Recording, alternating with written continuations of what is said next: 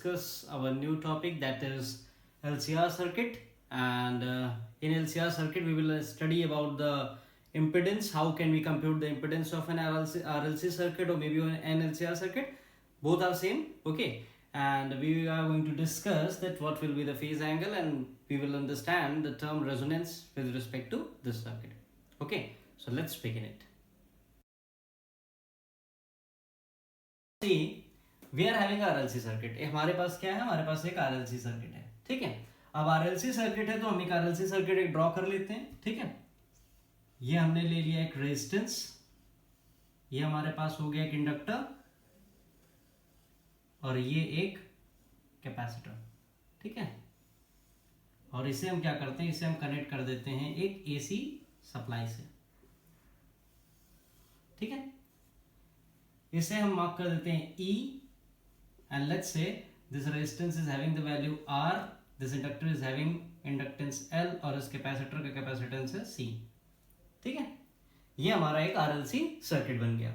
अब बिकॉज ये सारे कंपोनेंट्स क्या है, सीरीज में है, all these components are in series, तो since they are in series क्या चीज कांस्टेंट होगी, I. करंट हमारा क्या हो जाएगा, कांस्टेंट हो जाएगा. यानी कि R के अक्रॉस, L के अक्रॉस और C के अक्रॉस जो भी करंट होगा क्या होगा, सेम होगा. केवल क्या चीज वेरी करेगी, वोल्टेज, पोटेंशियल वेरी करेगा, सप्लाई जो हम दे रहे हैं वो वेरी करेगी. तो यहां पर मान लेते हैं लेट्स से कि यहां पर जो R है ये हमारा कौन सा है, सपोज इसको हम बोल देते हैं VR. ये L के अक्रॉस जो पोटेंशियल ड्रॉप हुआ इसे हम कह देते हैं VL, और जो C के अक्रॉस पोटेंशियल ड्रॉप हुआ इसे हम कह देते हैं VC, ठीक है. तो ये हमारा सर्किट अभी तक बनके कंप्लीटली तैयार हो गया. अब देखिए यहां पर एक चीज क्या है, यहाँ पे जो सबसे ज्यादा ध्यान देने वाली बात आपके लिए है वो क्या है, आर का अगर हम फेजर डायग्राम देखें, अगर एक सोल सर्किट हम देखें जिसको प्योरली रेजिस्टिव सर्किट हमने कहा था, अगर हम आर की केवल बात करें तो करंट और वोल्टेज ये दोनों क्या होते थे, सेम फेज में होते थे. अगर हम इंडक्टर की बात करते हैं तो इंडक्टर में वोल्टेज आपका क्या करता था, लीड करता था करंट से, कितना, π/2, ठीक है. कैपेसिटर में करंट जो था लीड करता था, या कह सकते हैं वोल्टेज लैग करता था, कितना, वोल्टेज हमारा करंट से लैग करता था, कितना, π/2, ठीक है. तो ये तीनों ही कंपोनेंट अब इस सर्किट में क्या करेंगे, they will have their own role. कैसे, आर कोशिश करेगा कि पूरे सर्किट का वोल्टेज और करंट सेम फेज में रखे, इंडक्टर कोशिश करेगा कि वोल्टेज को वो लीड करा सके 90 डिग्री, और कैपेसिटर कोशिश करेगा कि वो वोल्टेज को लैग करा सके और करंट को लीड करा सके, ठीक है. सो ऐसे केस में एक रिजल्टेंट दे पाना थोड़ा सा पॉसिबिलिटी नहीं होती है, ठीक है. तो रिजल्टेंट हम इसका कैसे देंगे, देखिए चलिए वो भी हम लोग ट्राई करते हैं. इसके लिए हम सबसे पहले इसका फेजर डायग्राम बना लेते हैं. फेजर डायग्राम बना लेंगे तो हमारा काम इजी हो जाएगा. चलिए फेजर डायग्राम बनाते हैं. सबसे पहले ये हमारे पास मान लीजिए हमने ले लिया करंट, ठीक है. करंट हमने ले लिया एक्स एक्सिस पे, क्यों, क्योंकि ये कांस्टेंट था तो हमने इसको सबसे पहले ले लिया, ठीक है.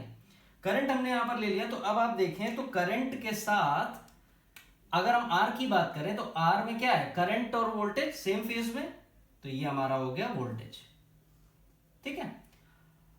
किसका, कौन सा वोल्टेज, आर का वोल्टेज, VR, ठीक है. तो वोल्टेज जो था रेजिस्टर का वो किसमें था, करंट के साथ इन फेज था. इसी तरीके से अगर देखें तो VL जो हमारा इंडक्टर का है वो क्या होगा, दिस विल बी VL, ये लीड करेगा, कितना लीड करेगा, π/2 लीड करेगा, ठीक है. और इसी तरीके से अगर हम देखते हैं VC, that is voltage across capacitor, तो वो क्या हो जाएगा, that will be like this. ये आपका हो गया VC, ये आपका लैग करेगा. ये हमारा एक बेसिक फेजर डायग्राम बनके तैयार हो गया. अब एक चीज यहां पर जो गौर करने वाली वो ये है, हम सप्लाई क्या दे रहे हैं, E, और पोटेंशियल ड्रॉप क्या क्या हो रहा है, VR हो रहा है, VL हो रहा है, VC हो रहा है. तो अगर जनरली मैं बात करूं तो जितनी हम सप्लाई दे रहे होंगे उसी सप्लाई से ही तो ये सारे पोटेंशियल ड्रॉप्स हो रहे हैं. यानी कि अगर जनरल लेआउट में मैं बात करूं तो हम लोग क्या कह सकते हैं, VR plus VL plus VC must be equals to E. क्यों, क्योंकि मेन सप्लाई तो यही है ना, जो मेन सप्लाई से हम देंगे उसी के जितना पोटेंशियल ड्रॉप होगा वो सारा सम करने पे हमें मेन सप्लाई की बराबरी तो मिले, क्योंकि हम तो उतनी ही दे रहे थे, ठीक है, लेकिन ऐसा नहीं होता है। ये थ्योरेटिकल समझने के लिए ठीक है, बिल्कुल सही बात है, और यही होता भी है, लेकिन क्योंकि ये सारे जो हैं कंपोनेंट एसी से कनेक्टेड हैं, और ये सारे जो भी हमने वेक्टर्स बना रखे हैं, जो फेजर्स बना रखे हैं, ये सारे एज अ वेक्टर काम करते हैं, तो इसके लिए नॉर्मल अलजेब्रा ना यूज करके हम क्या यूज करते हैं, हम वेक्टर अलजेब्रा यूज करते हैं। अब वेक्टर अलजेब्रा अगर हम यूज करेंगे तो आप ये देखिए यहां पे हमें इसका रिजल्टेंट देने में थोड़ा सा प्रॉब्लम होगी। क्यों? क्योंकि तीन वेक्टर तीनों अलग अलग डायरेक्शन में, चाहे वो VL हो, चाहे वो VR हो, चाहे वो VC हो। सो हम क्या करेंगे, हम यहाँ पे इस केस को, इस चीज को स्टडी करने के लिए केसेस बना लेंगे। चलिए हम मान लेते हैं केस 1 ले लेते हैं। केस 1 में हमने क्या लिया, हमने कहा कि जो हमारा इंडक्टिव रिएक्टेंस है वो ज्यादा है कैपेसिटिव रिएक्टेंस से। हमने क्या किया, एक्सेल को हमने ग्रेटर मान लिया एक्सी से। तो अब आप यहां पर अगर देखें, अगर एक्सेल ग्रेटर देन एसी हो जाएगा तो क्या होगा, VL हमारा ज्यादा होगा एज कंपेयर टू VC। अब केवल आप इस पार्ट को देखें, VL अगर ज्यादा काम कर रही है, ये हमारा हो गया VL, एक वेक्टर हमारा ये है कौन सा, VL, और एक वेक्टर ये हमारा है कौन सा, VC।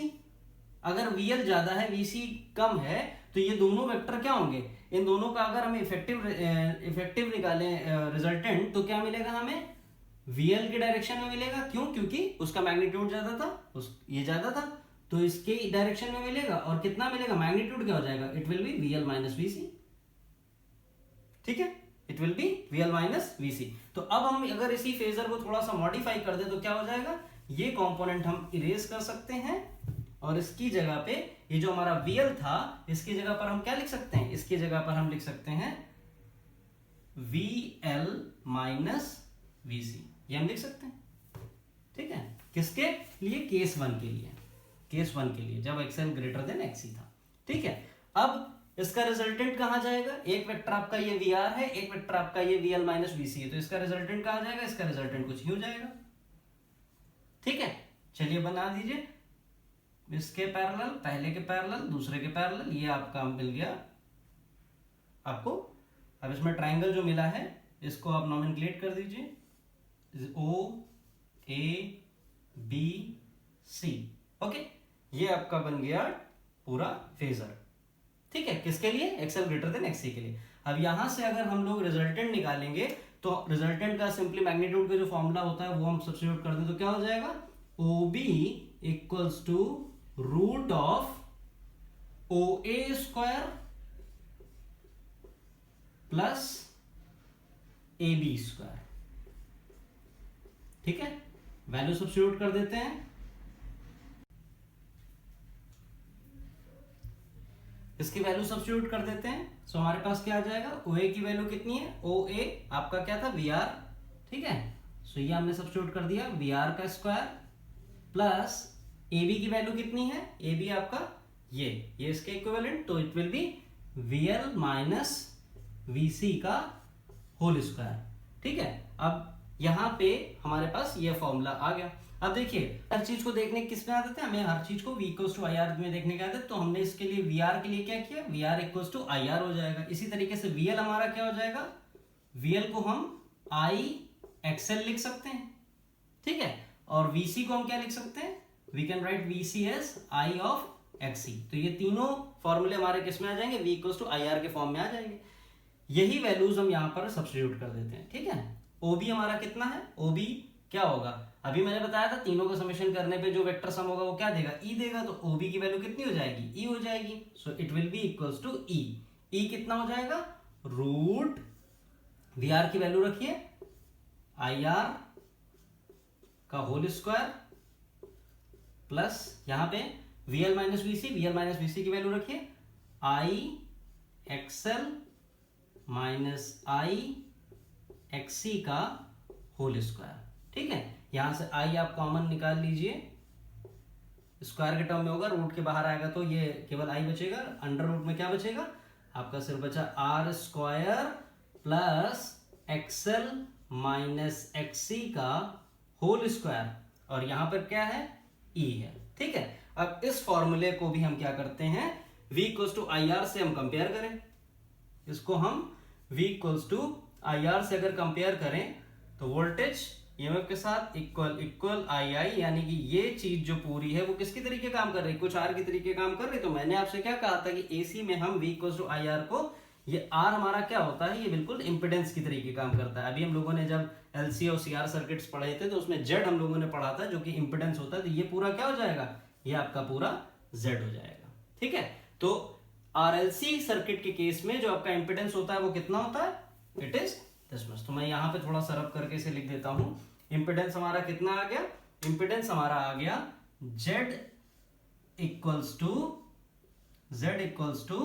Root of R square plus XL minus XC का होल स्क्वायर। ठीक है, ये हमारी वैल्यू आ गई किसकी, ये हमारा मैग्नीट्यूड आ गया इंपिडेंस का। ठीक है, ये हमारा इंपिडेंस आ गया। अब इसको मैं पूरा रब कर देता हूं थोड़ा सा। ठीक है, ये आपका इंपिडेंस आ गया। अब हमें निकालना है क्या, एंगल, एंगल निकालना है। तो देखिए इक्वेशंस क्या थी, इक्वेशंस हमारी थी V equals to I R, V R equals to I R, V L equals to I XL और V of C equals to I XC. हमने बनाया क्या था, हमने कुछ इस तरीके से बनाया था, ये हमारा इस तरीके से बना था, ये हमारा वी आर था, ये वी एल माइनस वी सी और ये हमारा E था। ठीक है, अब यहां पर अगर ये इक्वेशंस हम रख देते हैं, ठीक है, तो क्या बन जाएगा, ये हमारा हो जाएगा आई एल माइनस आई सी। ठीक है, ये हमारा क्या हो जाएगा, ये हमारा हो जाएगा आई, ये हमारा हो जाएगा I XL minus I XC और ये क्या हो जाएगा, this will be I R. तो आई अगर हम सबसे यहां से हटा देते हैं तो क्या बनेगा, ये बनेगा आपका x2 minus XC, XL minus XC, x2 नहीं सॉरी, एक्सएल माइनस एक्सी और ये आपका r। ठीक है, तो ये आपका फेजर डायग्राम कुछ इस तरीके से हो जाएगा। ठीक है, तो यहां से जो अभी ट्रायंगल बन रहा था, जैसे ये हम लोगों ने अभी नहीं ट्रायंगल बनाया था, इसी ट्रायंगल को यूज करके हम अगर tan थीटा निकालते हैं, सॉरी tan फाई निकालते हैं, ठीक है, tan ऑफ फाई निकालते हैं, फाई कहाँ है, फाई हमारा ये है, ये, ठीक है, ये हमारा है फाई। ठीक है, तो फाई अगर हम निकालते हैं tan फाई तो कितना हो जाएगा, perpendicular upon base that is XL minus XC upon R. ये आपका एंगल आ गया, मैग्नीट्यूड एंगल यानी कि वेक्टर।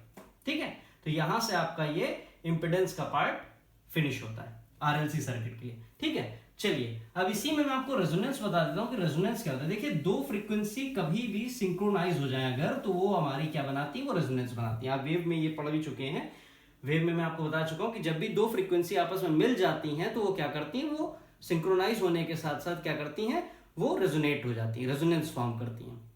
दो फ्रीक्वेंसी F1 F2 अगर बराबर हो जाती है तो वहां पर क्या होता है, रेजोनेंस अकर होता है। ठीक है, तो यहां पे रेजोनेंस का केस क्या है, देखिए जेड आपका ये है, तो अगर आई की वैल्यू मैं लिखूं, करंट अगर मैं लिखूं, इंस्टेंटेनियस वैल्यू आई नॉट अगर मैं लिखूं तो क्या हो जाएगी, V equals to I R वाले ही फॉर्मूले से आप यूज करिए। आई नॉट कितना हो जाएगा, I nought will be E nought upon Z, और जेड की वैल्यू कितनी है, रूट में R square plus XL minus XC का whole square, XL minus XC का होल स्क्वायर। अब ये एक्सएल एक्सी क्या है, एक्सएल एक्सी हमारे इंडक्टिव रिएक्टेंस और कैपेसिटिव रिएक्टेंस है, तो इनकी वैल्यू हम लोग पढ़ चुके हैं, इनकी वैल्यू को हम लोग सब्स्टिट्यूट कर देते हैं। एक्सएल हमारा क्या हो जाएगा, it will be 2 pi omega L minus 1 upon 2 pi omega सी।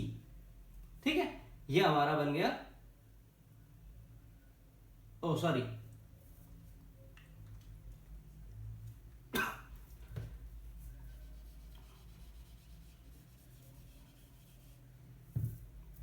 हम वैल्यूज को सब्स्टिट्यूट कर देते हैं, एक्सएल और एक्सी की वैल्यू को सब्स्टिट्यूट अगर करते हैं तो it will be omega L minus 1 upon omega C का होल स्क्वायर। ये आपका क्या आ गया, आई नॉट आ गया। अब देखिए ओमेगा की दो वैल्यूज पॉसिबल हो सकती हैं, हम दोनों वैल्यूज के लिए केस करते हैं। देखिए ओमेगा की सबसे पहली वैल्यू हम ले लेते हैं कि ओमेगा हमारा इनफाइनाइट हो रहा है। अगर ओमेगा इनफाइनाइट हो रहा है तो ये टर्म हमारा बहुत ज्यादा हो जाएगा, ये टर्म बहुत ज्यादा होगा तो ये ओवरऑल टर्म बहुत ज्यादा हो जाएगा, यानी कि डिनोमिनेटर ज्यादा हो गया तो आई नॉट में क्या मिलेगा, लेस मिलेगा। यानी कि ओमेगा जब हमारा इनफाइनाइट हो रहा है तो आई नॉट की वैल्यू क्या हो रही है, लेस हो रही है। ठीक है, और अगर हम ओमेगा को 0 कर दें तो भी क्या होगा, ओमेगा ये वाला 0 होगा तो ये इनफाइनाइट पूरा ये फिर से बन जाएगा और आई नॉट आपका फिर से लेस हो जाएगा। तो आई नॉट इस कंडीशन में भी क्या हो रहा है, लेस हो रहा है। ठीक है, तो आप इनफाइनाइट करिए चाहे 0 रखिए, आई नॉट आपका जो इंस्टेंटेनियस करंट है वो कितना हो रहा है, वो लेस ही हो रहा है हर बार। ठीक है, तो अगर हमें आई नॉट को ज्यादा रखना है तो हमें क्या करना पड़ेगा, आई नॉट को हमें अगर ज्यादा रखना है तो हमें इस टर्म को 0 करना पड़ेगा। और ये टर्म 0 कब हो सकता है, आर तो रहेगा ही रहेगा, ये टर्म 0 कब हो सकता है, जब हमारा omega multiplied by L minus 1 upon omega C का होल स्क्वायर, ये वाला टर्म हमारा क्या हो जाए, 0 हो जाए। ये टर्म 0 कब होगा, जब हमारा ओमेगा एल बराबर होगा किसके, 1 अपॉन ओमेगा सी के। ठीक है, वैल्यू सब्स्टिट्यूट कर देते हैं यहाँ पे, तो इसको यहाँ पे सॉल्व कर लेते हैं। ओमेगा की जगह पे हम क्या रखेंगे, 2 पाई एफ क्या है, फ्रीक्वेंसी जो इसी की होती, L equals to 1 upon 2 pi F C. यहां से एफ एक तरफ ले लीजिए आप, तो क्या हो जाएगा, F into F, it will be F square equals to 1 upon 4 pi square L C. ठीक है, और यहां से अगर हम फ्रीक्वेंसी का रूट ले लें तो क्या हो जाएगा, it will be F equals to 1 upon 2 pi root L upon C. ये क्या होती है, ये हमारी होती है रेजोनेटिंग फ्रीक्वेंसी। ठीक है, ये हमारी होती है रेजोनेंस फ्रीक्वेंसी, इसे हम कहते हैं रेजोनेटिंग फ्रीक्वेंसी। तो रेजोनेंस होने के लिए मतलब आई नॉट मिनिमम होने के लिए ये दोनों फ्रीक्वेंसी आपस में क्या होनी चाहिए, मैच होनी चाहिए। और जब ये फ्रीक्वेंसी आपस में मैच हो जाती हैं तो इन्हीं फ्रीक्वेंसीज को जब ये मैच हो जाती हैं, omega L equals to omega C हो गया, तो जिस फ्रीक्वेंसी भी होता है उससे हम कहते हैं रेजोनेटिंग फ्रीक्वेंसी, और इस कंडीशन को बोलते हैं कि रेजोनेंस अकर हुआ है। इसका यूज हम लोग जो है ट्रांजिस्टर्स पे, रेडियोस वगैरह में करते हैं ताकि हम अपनी पसंद के चैनल सेलेक्ट कर सकें। सो आई होप ये आपको क्लियर हो गया होगा, और इसे आप देखिए, लिखिए, प्रैक्टिस करिए। अगर इनकेस कोई डाउट होता है तो do leave your doubt in the comment section so that we can rectify it. Thank you for watching our video. Have a great day.